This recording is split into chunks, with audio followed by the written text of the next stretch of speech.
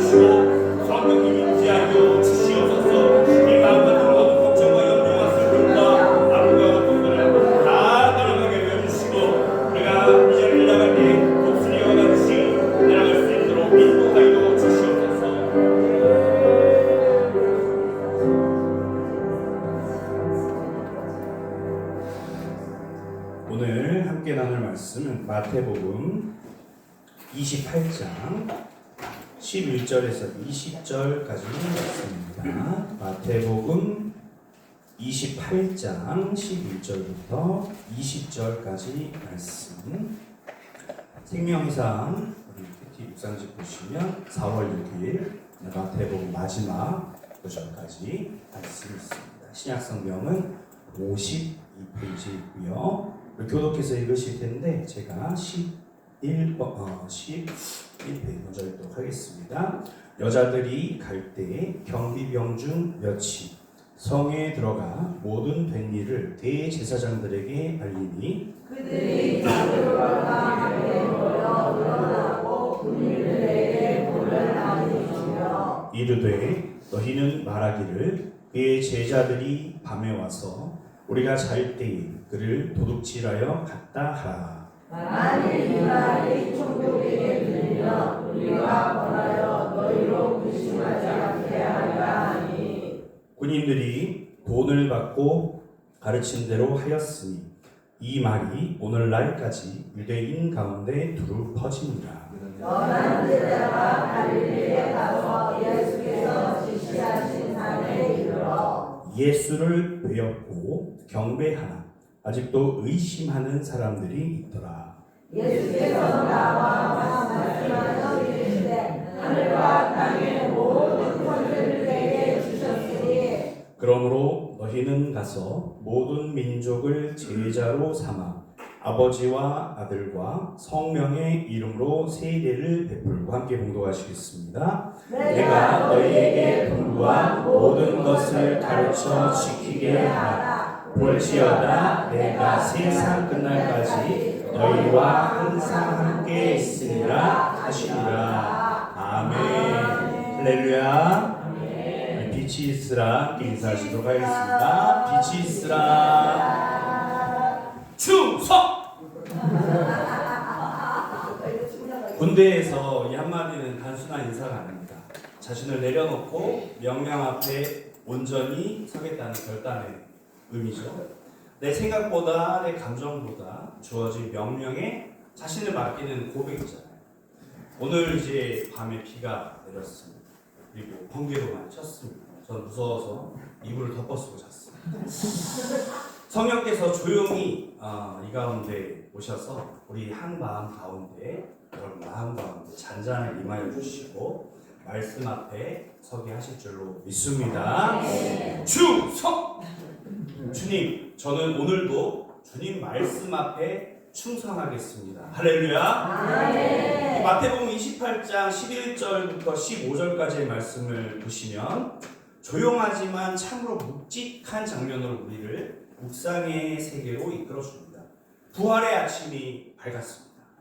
여인들은 두려움과 기쁨이 섞인 마음으로 무덤을 떠났고 그 길 위에서 부활하신 누구를 만났죠?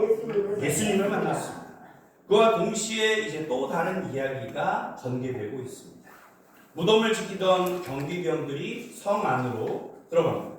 그들은 분명히 똑똑히 두 눈으로 목격했습니다. 무엇을 목격했죠? 예수님이 부활. 그렇죠. 문을 가로막았던 돌이 어떻게 됐습니까? 굴러지고 무덤이 열리고 자신들이 지키고 있던 그 자리가 이제 죽음의 자리가 아니라 사망 권세를 깨뜨리신 예수 그리스도의 생명의 자리가 된 것을 목격했습니다. 이 경비병들은 로마의 군인들입니다. 당시 로마의 군인들은 가장 엄격한 군대의 아래에 있었다고 합니다. 임무를 실패하면 어떻게 될까요? 그렇죠. 목숨으로 책임지는 것이 당연한 시대였습니다. 그런 그들이 떨리는 마음으로 대제사장 앞으로 찾아갑니다. 그리고 말합니다. 이 예수라는 자의 시체가 사라졌습니다. 그들의 보고는 정말 사실이었습니다. 그러나 그 사실 앞에서 종교 지도자들은 진리를 받아들이기보다는 다른 선택을 합니다. 그들은 장로들과 함께 의논하기 시작합니다. 그리고 많은 돈을 그 목격한 군인들에게 주면서 말합니다. 뭐라고 말할까요? 제자들이 밤에 와서 시체를 몰래 훔쳐갔다고 말해. 안 그러면 죽인다고 이렇게 이야기합니다. 이 장면은 참으로 조용하지만 아주 깊은 긴장감을 품고 있습니다. 로마 군인이 거짓 보고를 한다는 것은 자신의 생명을 걸어야 하는 일이었습니다. 그리고 자기 시체를 도둑맞았다고 말하는 순간 그들은 즉시 즉결 처형이었어요. 그럼에도 불구하고 그들은 돈을 받고 그 거짓된 말을 따릅니다. 왜 그랬을까요? 그들은 진실을 붙드는 것보다 자신을 지키는 것에 중요하다고 안위를 뒀기 때문입니다. 그들은 분명하게 똑똑하게 두 눈으로 목격을 했습니다. 돌이 굴러가고 문이 열려서 예수께서 부활하신 것을 목격을 했습니다. 그러나 그 본 것을 끝까지 붙들지는 못했습니다. 왜 그랬을까요? 바로 돈 때문입니다. 당시 유대 사회는 이제 긴장감으로 가득 차 있는 상태입니다. 마치 21세기를 살아가고 있는 지금 우리 시대처럼 말입니다. 예수님의 죽음은 단순한 한 사람의 십자가 사건이 아니었습니다. 종교적인 권력과 로마 권력이 함께 만들어낸 결과였고 그 체계를 흔드는 어떤 소문도 용납될 수 없는 시대였습니다. 예수께서 죽은 지 3일 만에 부활하셨다! 실제로 예수께서 십자가에 못 박히신 후 3일 만에 부활하신 줄로 믿습니다. 그리고 이 땅에 40일을 계셨는데요. 승천하시는 40일 동안 500명 이상이 예수님의 부활을 목격했습니다. 그래서 무신론자들 있죠? 신을 믿지 않는 자들, 그들이 이렇게 이야기를 하더라고요. 예수님의 부활이 없다고 말하는 것은 예수님의 부활이 있다고 말하는 것보다 더 어렵다라고 그렇게 인정을 하고 있습니다. 그러니까 신은 있다라는 명제가 있어야만 신은 없다라는 무신론이 정립이 된다는 것이죠. 무신론자들도 알고 있습니다. 예수님께서 부활하셨다. 이 한마디는 당시 이 로마 사회의 질서를 뒤흔드는 아주 충격적인 사건이었습니다. 그래서 그들은 진실보다 조용한 거짓을 선택합니다. 여러분들은 어떠십니까? 그래서 성경은 분명하게 말씀하고 있습니다. 이 이야기가 유대인 가운데 두루 퍼져 오늘까지 이르렀다고 말합니다. 사랑하는 성도님들, 이 이야기는 단순히 2000년 전 과거의 기록이 아닙니다. 부활은 이미 일어났습니다. 사람들은 여전히 다른 이야기를 선택할 수 있다는 사실을 여실하게 보여주고 있는 사건이에요. 진리는 분명합니다. 단순합니다. 명확합니다. 그러나 그 진리 앞에 서는 것은 또 다른 문제라는 것입니다. 오늘 이 새벽 이 비를 뚫고 이 자리에 나오신 여러분의 발걸음 가운데 제가 질문을 한번 던져보도록 하겠습니다. 스스로에게 한번 여쭤보십시오. 여러분들은 과연 진리를 따르고 계십니까? 이제 장면이 바뀝니다. 11제자가 어디로 가죠? 갈릴리로 갑니다. 예수님께서 이미 말씀하신 산으로 올라갑니다. 갈릴리는 단순한 장소가 아니에요. 그들이 처음으로 예수님께 부름을 받았던 장소입니다. 부르심을 받았던 자리, 예수님과 함께 걸었던 시간들이 쌓여있던 곳이었습니다. 마치 우리가 처음 예수님을 만났던 장소, 예수님께 부르심을 받았던 그 장소처럼 그곳이었습니다. 예루살렘은 긴장과 두려움의 도시였지만 갈릴리는 기업과 회복의 자리였습니다. 그 산에 섰을 때 이 제자들의 심정은 어땠을까요? 성경은 짧게 이야기하고 있습니다. 예수를 배웠고 경배하나 아직도 의심하는 사람들이 있더라. 그렇죠? 가장 의심을 많이 했던 사람이 누굽니까? 도마지 않습니까? 그렇죠? 예수님이 직접 만져보게 하셨잖아요. 그렇죠? 이 한 문장 속에는 우리의 모습들이 고스란히 담겨져 있는 것 같아요. 묵상을 하면서 느끼는 점은 이 하나님을 경배하면서도 우리 마음 한켠에 여전히 흔들림이 남아있는 상태가 있다는 거예요. 불안함이 가득한 상태. 기도하지만 진짜 이루어지겠어? 라는 의심하여. 어젯밤부터 비가 내리고 번개가 쳤습니다. 저는 너무너무 무서워서 이불을 뒤집어 쓰고 덮어 쓰고 설교를 준비했습니다. 설교를 준비하다가 어떤 예화가 떠올랐습니다.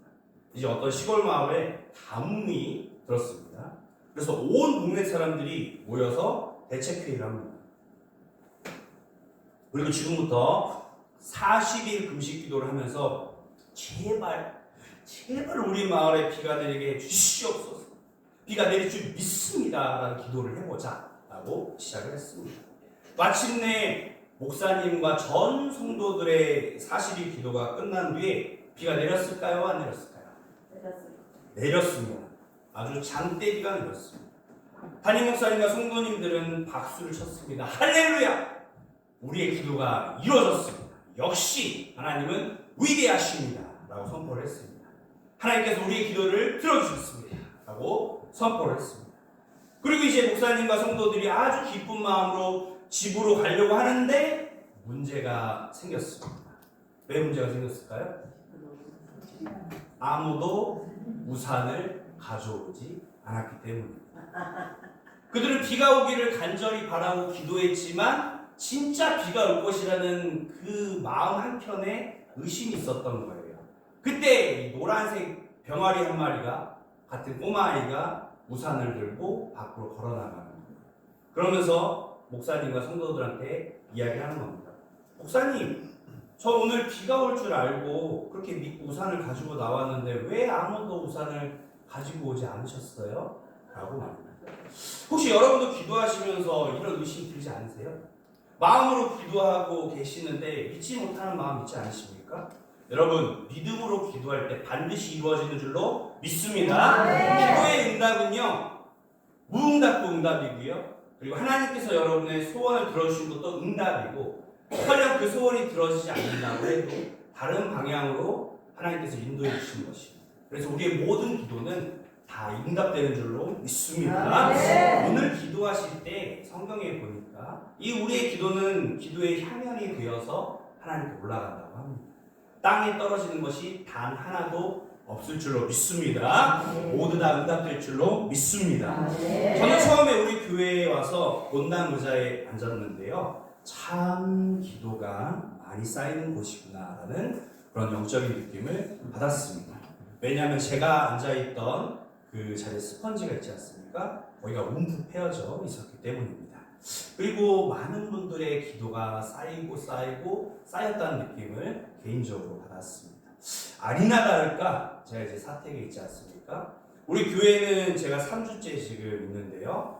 1년 365일 24시간 기도의 불이 꺼지지 않는 곳인 줄로 믿습니다. 새벽마다 기도하시고 아침마다 기도하시고 점심마다 기도하시고 밤마다 기도하는 소리가 사태까지 들리는 겁니다. 이 기도하시는 분들의 마음을 저는 사택에서 들으면서 그런 생각이 들었어요. 얼마나 성령님께서 이분들한테 세상이 줄 수 없는 평안함과 세상이 줄 수 없는 지혜를 주실까 감사했습니다. 여러분도 이 기도의 끈을 줄을 놓치지 않기를 예수 그리스도 이름으로 선포합니다. 그러나 제자들은 부활하신 주님 앞에서도 완전히 정리되지 않은 마음으로 인해서 아주 혼란스러워하고 있었어요. 마치 우리가 사건 사고를 만나잖아요. 횡설수설하고 혼란스러워하는 것처럼. 그리고 마치 비가 오길 간절히 기도했던 목사님과 그 성도님들처럼 말입니다. 그런데 예수님은 그들의 의심을 책망하지 않으셨습니다. 그리고 조용히 그들에게 다가오십니다.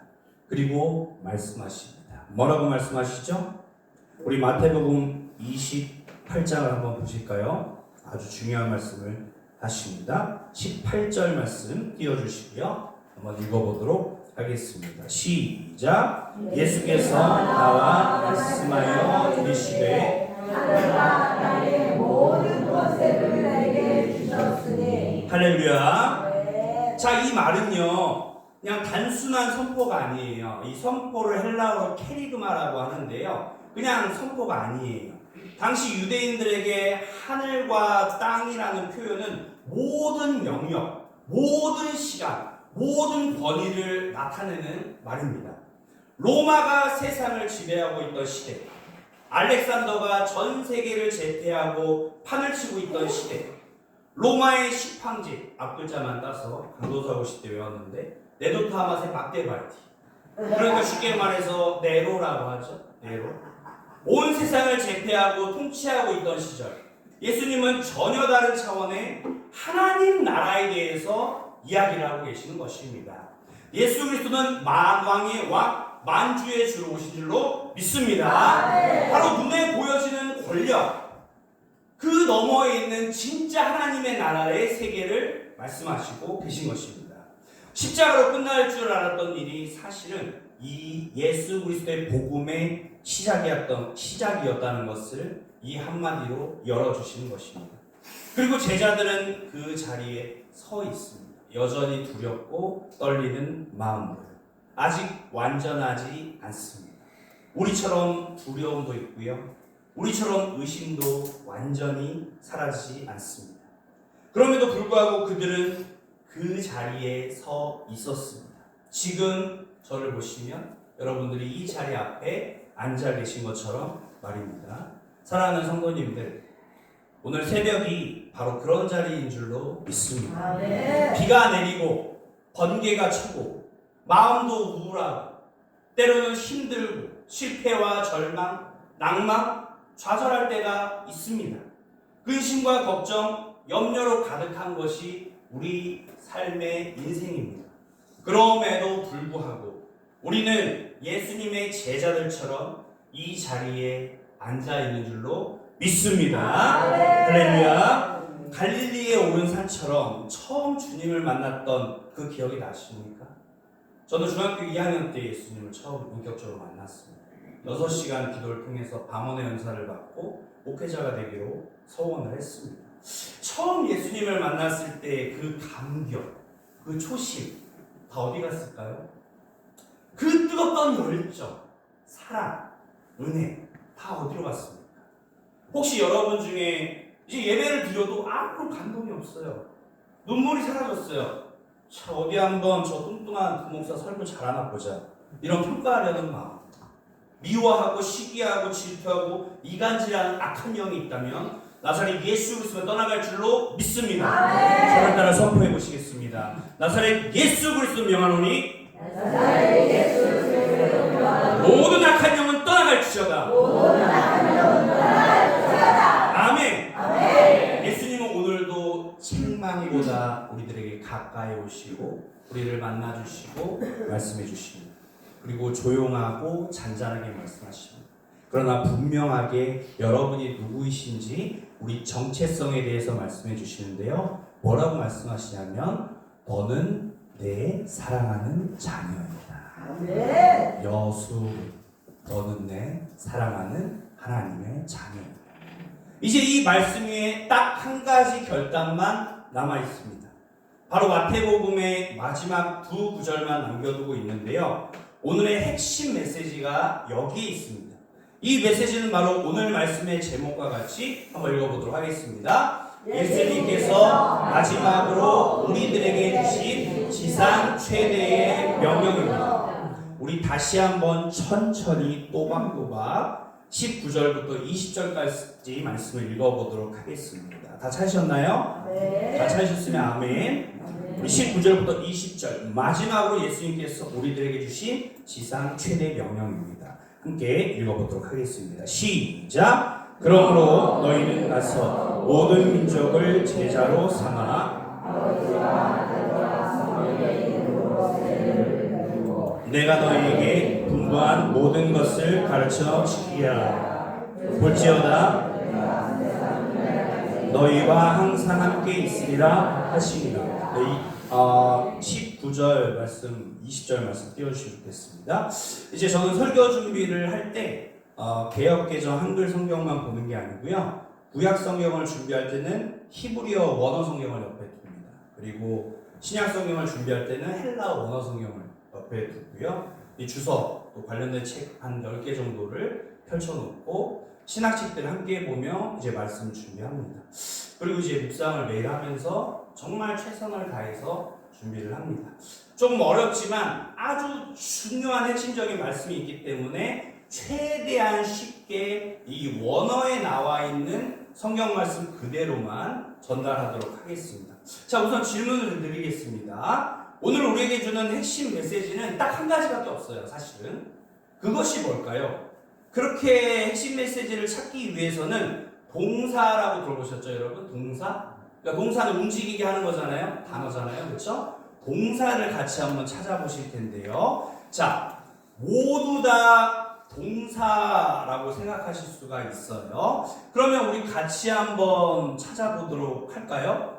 자, 한글 개역 성경을 보면요. 일단은 19절, 17, 18, 19절이 있는데요. 우리 19절 말씀을 보시면 첫 번째 뭐가 나오죠? 가서. 그렇죠. 가서가 나옵니다. 자, 또 뭐가 나옵니까? 하나. 베풀고. 그렇죠? 무엇을 베풀었습니까? 베풀다. 그렇죠? 세례를 베풀었죠. 여러분 사도행전 말씀에 사도 베드로가 말씀을 전할 때 세례 받은 자가 하루에 몇 명이었습니까? 3,000명. 별로 놀라지도 않으시네요. 그런데 그 3,000명이 받은 세례는요, 지금 우리가 받은 세례랑 의미가 달라요. 당시 무슨 시대라고 했죠? 로마. 팍스 로마나. 로마가 아니면 통하는 길이 없었어요. 그러니까 이 세계 절대 강국의 로마 시대죠. 그렇다면 왜 그렇게 로마의 네로가 일부러 불을 질러버리고 대화제를 일으키고 기독교인들에게 강제로 누명을 씌워서 저 로마의 콜로세움 경기장에다가 십자가를 못 박고 사자의 밥이 되게 하고 화형을 시키고 죽였을까요? 저는 이탈리아에 가봤습니다. 로마 콜로세움 경기장을 실제로 가봤는데요. 그 2000년 전에 초대교회 순교자들의 절규의 목소리가 들리는 것 같았어요. 2000년 전 초대교회 순교자들의 그 목소리를 잊지 못합니다. 그리고 실제로 이스라엘도 한번 가봤습니다. 특히 이 갈릴리에서 예수님께서 제자들을 불렀던 그 장소에 가서 다시 저의 초심을 찾게 되었습니다. 왜냐하면 당시 로마의 신은 누구였을까요? 바로 검은 고양이 네로입니다. 그렇죠? 근데 기독교인은 누가 유일한 신입니까? 하나님밖에 없잖아요. 그렇죠? 그러니까 예수님이 수많은 그리스 로마 신화에 나오는 빌립보 가이사라에서 제자들한테 뭐라고 물어보지 않습니까? 너희는 나를 무엇이라고 누구라고 생각하느냐? 그때 베드로가 뭐라고 얘기하죠? 주는 그리스도시요 살아계신 하나님의 아들이십니다. 아멘. 일부러 제자들을 거기로 데려가신 거예요. 실제로 가보시면 진짜 우상들이 쫙 있습니다. 그러니까 유대교에서 기독교로 개종을 하고 세례를 받았다는 것은 나는 지금 죽어도 돼요. 순교 다녀도 괜찮아요. 라는 징표예요. 익투스, 물고기를 그리죠. 어떤 차 보면은 뒤에 익투스 물고기 그림이 있습니다. 그 익투스는 암호였습니다. 초대교회 당시에. 그리고 지하 카타콤에 주면서 예배를 드렸어요. 그것은 내가 세례받은 기독교인임을 서로 간에 암호로 주고받은 것입니다. 목숨을 건 초대교회 기독교인들이 있었기 때문에 지금 우리까지 신앙의 유산이 전달된 거 아니겠습니까? 네. 엄청난 성령의 역사죠. 여러분, 기독교는요, 핍박과 환난을 받으면 받을수록 더 성장하고 더욱더 전진해 나가고, 기독교인들도 고난과 핍박이 반드시 오지만 너끈히 이겨내고 감당할 시험만 주실 줄로 믿습니다. 네. 자, 이제 세 번째 동사를 찾아보실까요? 또 어떤 단어가 있죠? 20절에 보시면 제자로 삼아, 그렇죠? 삼는다, 그렇죠? 네 번째 단어는요? 지키게 가르쳐, 그렇죠? 사실 이제 그리스 헬라어 원어 성경에는 가르치고가 더 정확한 표현이에요. 예수님은 가르치고 치유하고 전파하는 3대 사역, 제사장, 왕, 선지자의 삼중직을 가지신 분이시죠. 자, 그렇다면 이제 마지막 다섯 번째 동사를 찾아볼까요? 어떤 단어가 하나 남았을까요? 바로 20절에 지키게 하라. 그렇죠. 하라는 무엇입니까? 명령 아니겠어요? 그렇죠? 그러니까 이제 한글로 보면 5개의 동사가 보여져요. 제가 근데 이렇게 어려운 말씀을 드리냐면 예수님의 핵심 메시지가 원어를 봐야만 알 수 있기 때문에 그렇습니다. 자, 여러분 놀라지 마십시오. 우리가 개역개정에서 몇 개를 발견했죠? 5개. 근데 하나밖에 없어요. 원문을 보면 19절과 20절의 동사는 딱 한 가지. 그러니까 이게 예수님께서 우리들한테 마지막으로 지상 최대 명령을 하신 말씀이에요. 그렇죠? 그래서 원어를 보면 이 동사가 나오고 나머지는 분사라고 해서 이 동사를 꾸며주는 4개의 단어라는 것이에요. 자, 뭘까요? 과연 5가지 중에 궁금하시죠? 네. 다음 주 월요일 새벽 예배 때 알려드리면 큰일 나겠죠? 네. 너희는 가서 세례를 베풀 제자로 삼아 가르치고 지키게 하라. 그 중에 무엇일까요? 제자로 삼아 맞습니다. 바로 제자로 삼아. 뭐라고요? 제자로 삼아. 나머지는 전부 동사가 아니에요. 분사예요, 분사. 그러니까 가장 중요한 지상 최대 명령 무엇입니까? 제자로 삼아. 그러니까 마태복음 20장 18절에서 20절에 말씀하시는 예수님의 지상 최대 명령은 무엇입니까? 제자로 삼아. 그리고 예수님께서 3년 반 동안 공생의 기간 행하신 여러 가지 사역 중에 가장 중요한 사역은 무엇이었을까요? 제자 삼는 사역. 그렇죠. 마태복음뿐만 아니고요. 신약 전체를 들여다보십시오. 그리고 성경 전체를 관통하는 예수님께서 우리에게 마지막으로 내려주신 지상 최대 명령은 무엇입니까? 제자로 삼아. 할렐루야. 자, 그렇다면 제자는 무엇입니까? 원래 우리는 예수님의 증인들이죠. 맞습니까? 증인은 보고 들은 것을 전달하는 사람을 말하죠. 어느 날 이렇게 비가 내리고 천둥번개가 치는 날, 여러분 집에 가실 때 뒤를 조심하십시오. 어떤 살인사건이 났다고 생각을 해봅시다. 증인은 법정에 가서 선서를 하고 자기가 보고 들은 것만을 전해야 되는 것이죠. 그렇죠? 그렇다면 우리가 예수님을 만나고 말씀을 듣고 전하는 것이 증인의 삶인 것입니다. 이 마르투스라는 기본형에서 제자라는 단어는 마테테스라고 하는데요. 바로 증인의 삶을 사는 사람.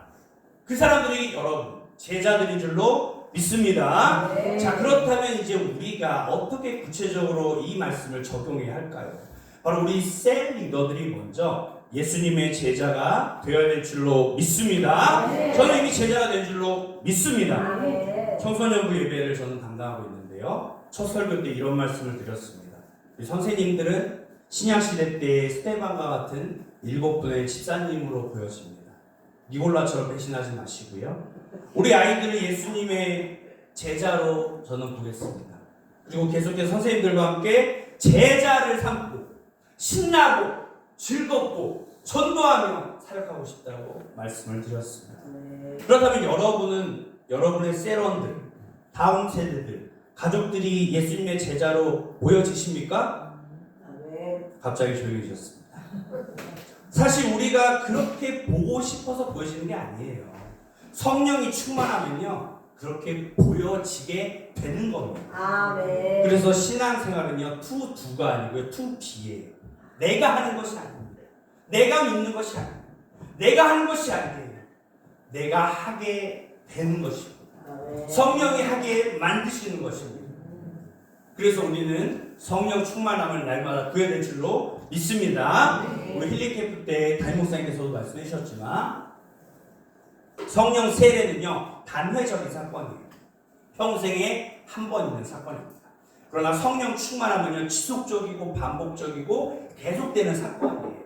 성령이 충만한 사람은요, 육체의 소욕을 거스리고요. 육체의 소욕이 충만한 사람은 뭘 거스릴까요? 성령을 거스리게 되죠.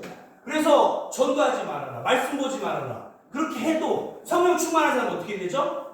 그냥 이게 넘쳐나는 거예요. 뜨거워. 옆에 가면 뜨거워. 이 불 때문에 말씀을 전하고 복음을 전하고 전도할 수밖에 없는 거예요. 이 시간 여러분 성령 충만함을 구하시기를 주님의 이름으로 축원드립니다. 이제 7기까지 제자들이 양육되었고 수료했다는 이야기를 들었습니다. 여러분 셀이 뭐죠? 세포입니다.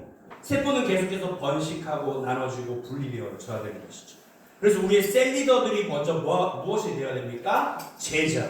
그렇죠? 그 다음에 우리 세론들을 또 다른 제자로 삼아야 돼요.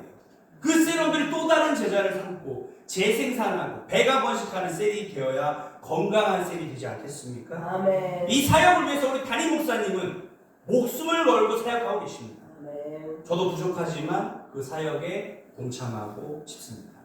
먼저 여기 계신 분들이 함께 기도하면서 동참해 주시기를 주님의 이름으로 간절히 부탁드립니다. 제자로 삼아.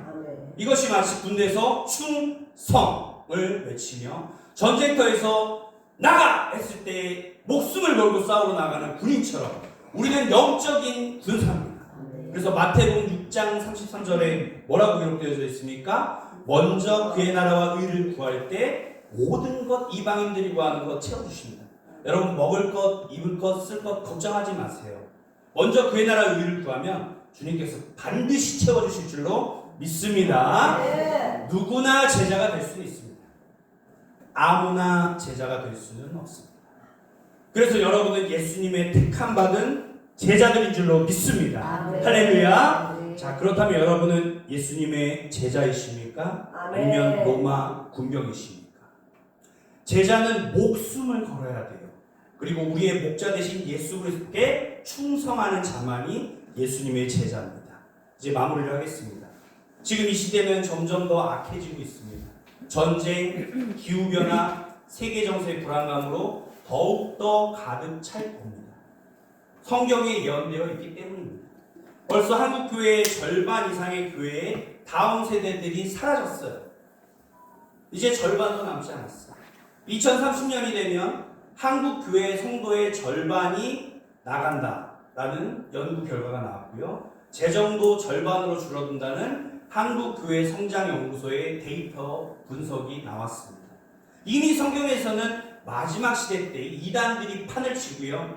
그리고 공중권세 잡은 악한 영이 더욱더 문화와 사회와 모든 영역을 통해서 악을 행할 것입니다. 그런데 제자들은 흔들리거나 넘어지지 않는 줄로 믿습니다. 아멘. 여러분 예수님의 제자이십니까? 아멘. 아니면 로마의 군병들이십니까? 누구에게 충성하시겠습니까? 하나님께 충성하시겠습니까? 아니면 사람에게 충성하시겠습니까? 오늘 마태복음 말씀 묵상을 마무리하면서 여러분에게 마지막 질문을 던져드리고 말씀을 맺도록 하겠습니다. 여러분은 예수님의 제자이십니까? 로마 군병이십니까?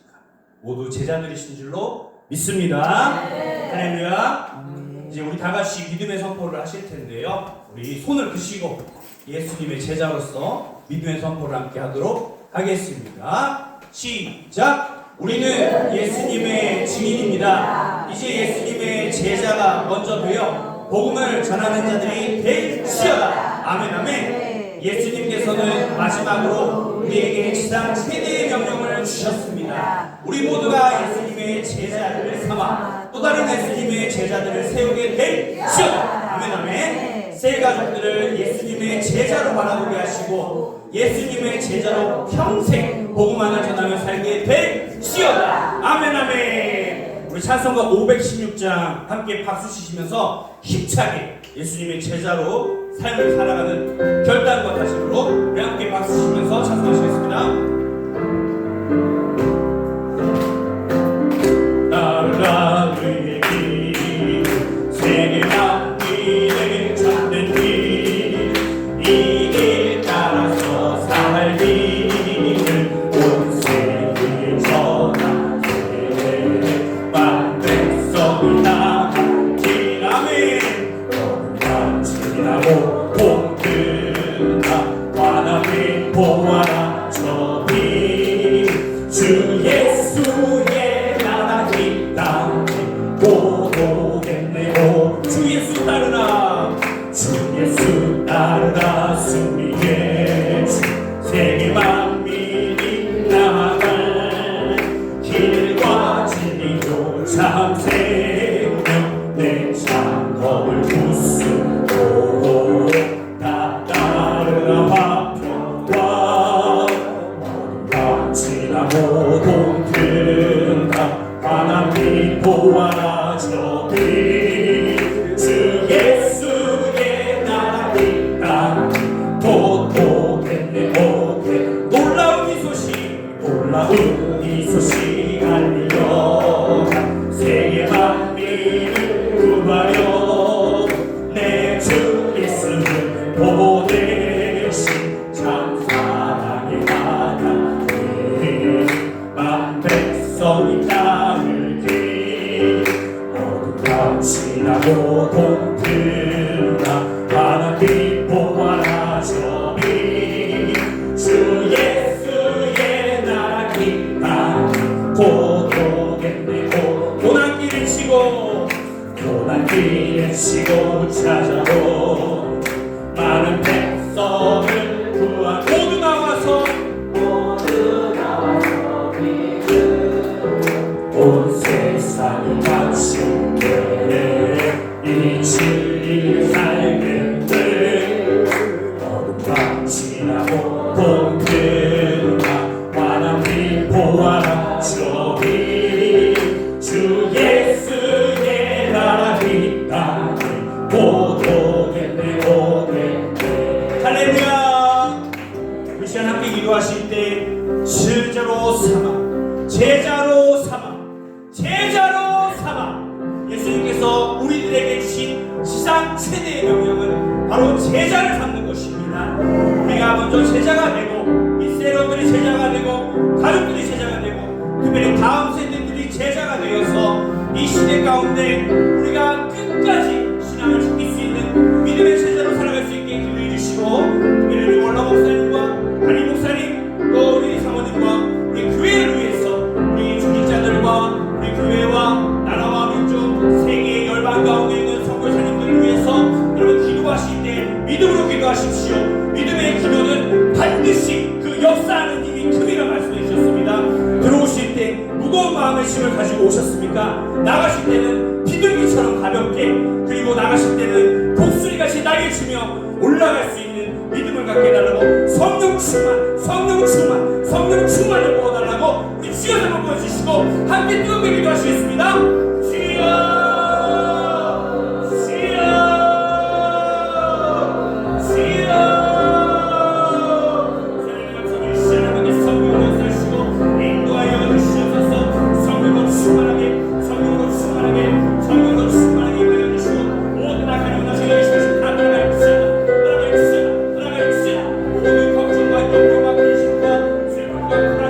우리 마음 가운데 의심하는 마음이 있다면 나처럼 예수를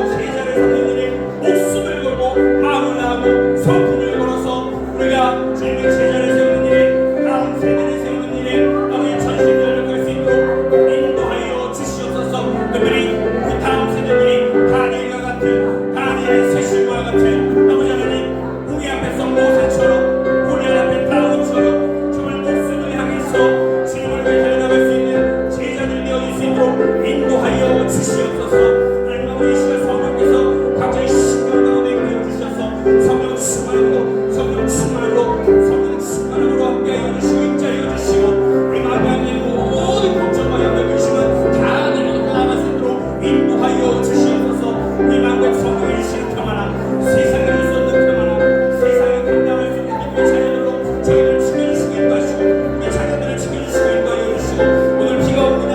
우리 자녀들이 안전 운행할 수 있도록 사고나지 않을 수 있도록 아버지여 다치지 않을 수 있도록 인도하여 주시고 또 우리 아픈 하루를 나중에 예수시고 치료하여 주셔서 모든 아픈 하루님 다 사라지게 하시고 모든 아버지 아픈 것들이 질병들이 치유되게 하여 주시옵소서. 우리와 교회와 나라와 민족과